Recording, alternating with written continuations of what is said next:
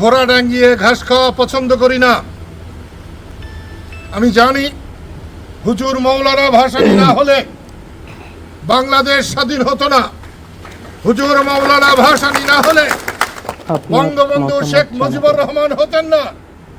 সেই জন্যে আমি আগে হুজুর মৌলানা ভাসানীর কবর জিয়ারত করতে এসেছি, তার কাছে দোয়া চাইতে এসেছি। আমি আমার কথা বেশি বাড়াতে চাই না। আজকে দেশ জ্বলছে। 1971 সালে আমরা যে বিজয় এনেছিলাম, আজকের ছাত্র, আজকের যুবক সেই বিজয় এনেছে। আজকে দেশের মানুষ যেভাবে অবহেলিত হয়েছে, অসম্মানিত হয়েছে, তার বহিঃপ্রকাশ হচ্ছে আজকের এই ক্ষোভ। বিজয়ী ছাত্রদের আমি বলবো, আপনার মতামত জানাবেন।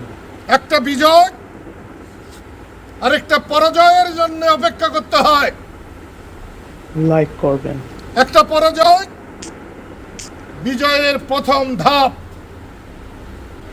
সেই জন্যে যারা বিজয় অর্জন করেছে তাদেরকে মানুষের আস্থা অর্জন করতে হবে, মানুষের বিশ্বাস অর্জন করতে হবে, মানুষকে এই দুচকের হাত থেকে বাঁচাতে হবে। আমি অভিনন্দন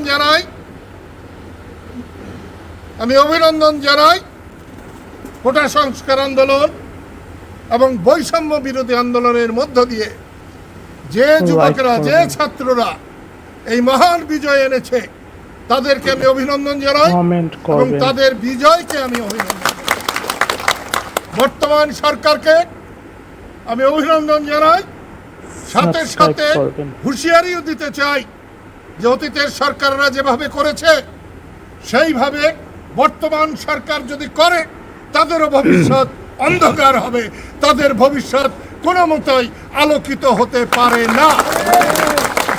সাধারণ মানুষের জান মালের নিরাপত্তা দিতে হবে।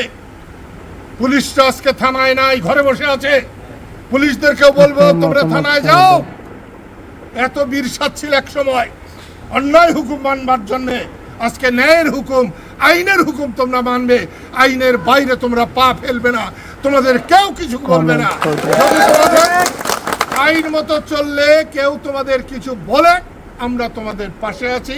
এদেশের জনগণ তোমাদের পাশে আছে। লাইক করবেন।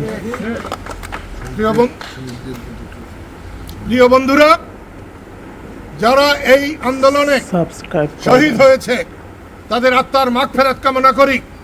তাদের পরিবার পরিজনের প্রতি আমরা সমবেদনা জ্ঞাপন করছি।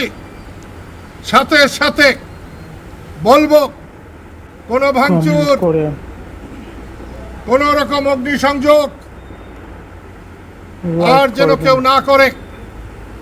কোমলমতি ছাত্রদের আন্দোলনের সুযোগ নিয়ে যারা শত্রুতা সাধন করবে, শত্রুতা সাধনের চেষ্টা করবে, তাদের ভবিষ্যৎ ভালো হবে না।